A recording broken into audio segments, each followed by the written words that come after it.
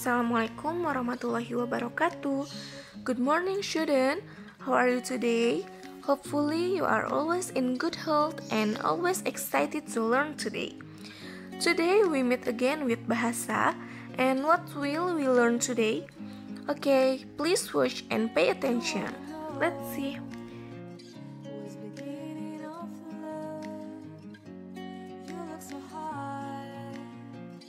Hari ini kita akan mempelajari tentang alur peristiwa atau incident plot.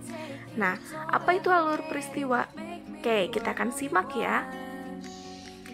Alur peristiwa dalam sebuah peristiwa atau cerita itu merupakan suatu rangkaian peristiwa yang terdapat di sebuah cerita. Nah, alur itu pada sebuah cerita terdapat suatu peristiwa yang menyebabkan dan mempengaruhi timbulnya peristiwa selanjutnya. Nah, jadi suatu cerita itu diawali dengan satu peristiwa yang nanti peristiwa itu akan semakin berkembang dan diceritakan lagi pada peristiwa-peristiwa lain pada suatu teks tersebut, sehingga nanti alur tersebut akan menjadi suatu rangkaian utuh yang membangun atau yang membentuk suatu cerita. Nah, contohnya dalam suatu cerita itu ada dua macam alur.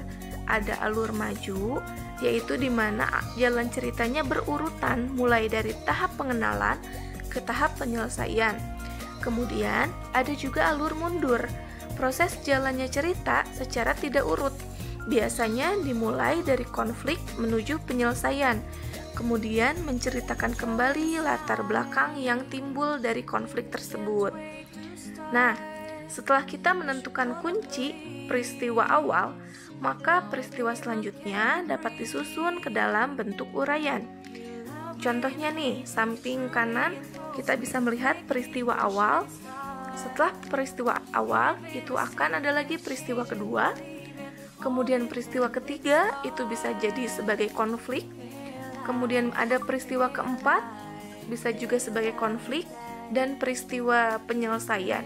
Nah, setiap cerita tentu memiliki alur yang bermacam-macam dan juga urutan yang jumlahnya juga akan berbeda-beda.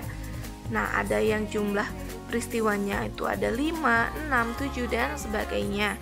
Tentu berbeda-beda tergantung pada cerita apa yang disajikan. Contohnya kita akan menentukan peristiwa pada setiap paragraf bacaan. Nah, peristiwa pertama itu pada paragraf pertama kita simak. Peristiwa pertama itu diawali dengan Jepang yang telah menguasai banyak wilayah Indonesia. Nah, setelah Jepang menguasai banyak wilayah Indonesia, kemudian apa yang terjadi? Nah, yang terjadi ini kita tulis dalam peristiwa kedua.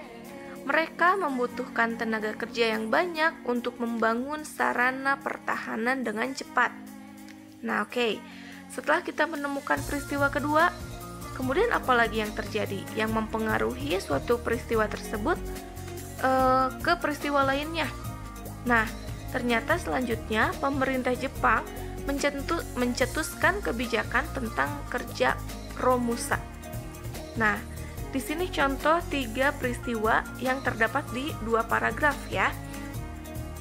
Nah, agar memudahkan kita bisa menuliskan rangkaian peristiwa tersebut ke dalam suatu alur atau bagan. Contoh yang tadi peristiwa awal kita tulis Jepang telah menguasai banyak wilayah Indonesia. Kemudian peristiwa keduanya, mereka membutuhkan tenaga kerja yang banyak untuk membangun sarana pertahanan dengan cepat. Peristiwa ketiga yaitu pemerintah Jepang mencetuskan kebijakan tenaga kerja Romusa. Nah, ini baru sampai paragraf 2 ya. Sedangkan pada teks kita memiliki beberapa paragraf. Nah, paragraf yang lain bisa kita susun ke dalam peristiwa selanjutnya. Bisa ke dalam peristiwa keempat, 5, 6, dan seterusnya. Sehingga nanti di akhir ada peristiwa akhir yang menjadi penyelesaian.